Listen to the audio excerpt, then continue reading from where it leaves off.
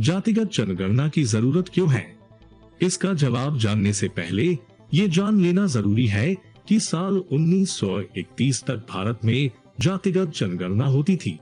साल 1941 में जनगणना के समय जाति आधारित डेटा जुटाया जरूर गया था, लेकिन प्रकाशित नहीं किया गया।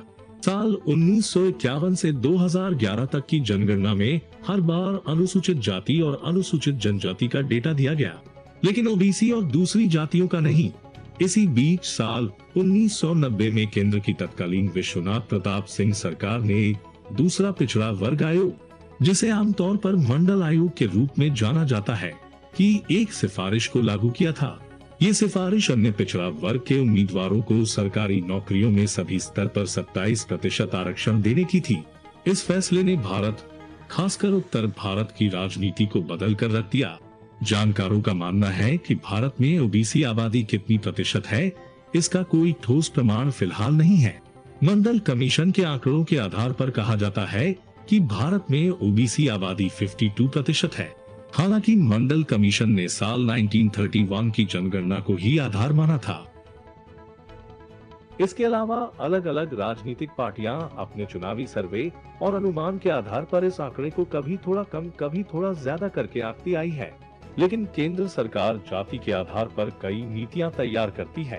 ताजा उदाहरण नीट परीक्षा का ही है, जिसके ऑल इंडिया कोटे में ओबीसी के लिए आरक्षण लागू करने की बात मोदी सरकार ने कही है।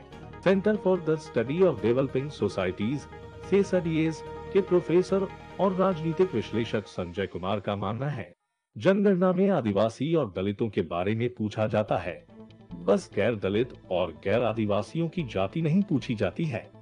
असल में जाति आधारित जनगणना बहुत पहले ही कर लेनी चाहिए थी। जाति भारतीय समाज का फोड़ा है, जिसे दूर करने के लिए उसके कारणों को जानना होगा। बिना विश्वसनीय आंकड़ों के न तो जाति का सामाजिक विवेचन किया जा सकता है और न ही सामाजिक कल्याण योजनाओं को सही तरीके से लागू किया जा सकता है।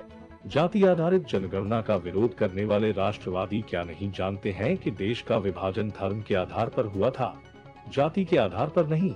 अनुसूचित जाति भारत की जनसंख्या में 15% है और अनुसूचित जनजाति 7.5% है। इसी आधार पर उनको सरकारी नौकरियों, स्कूल, कॉलेज में आरक्षण इसी अनुपात में मिलता है। लेकिन जनसंख्या में ओबीसी की हिस्सेदारी कितनी है, इसका कोई ठोस आकलन नहीं है। ओबीसी और दलितों में ही बहुत सारी छोटी जातियां हैं, उनका कौन ध्यान रखेगा? सकारात्मक पहलू ये भी है कि इससे लोगों के लिए नीतियां और योजनाएं तैयार करने में मदद मिलती है।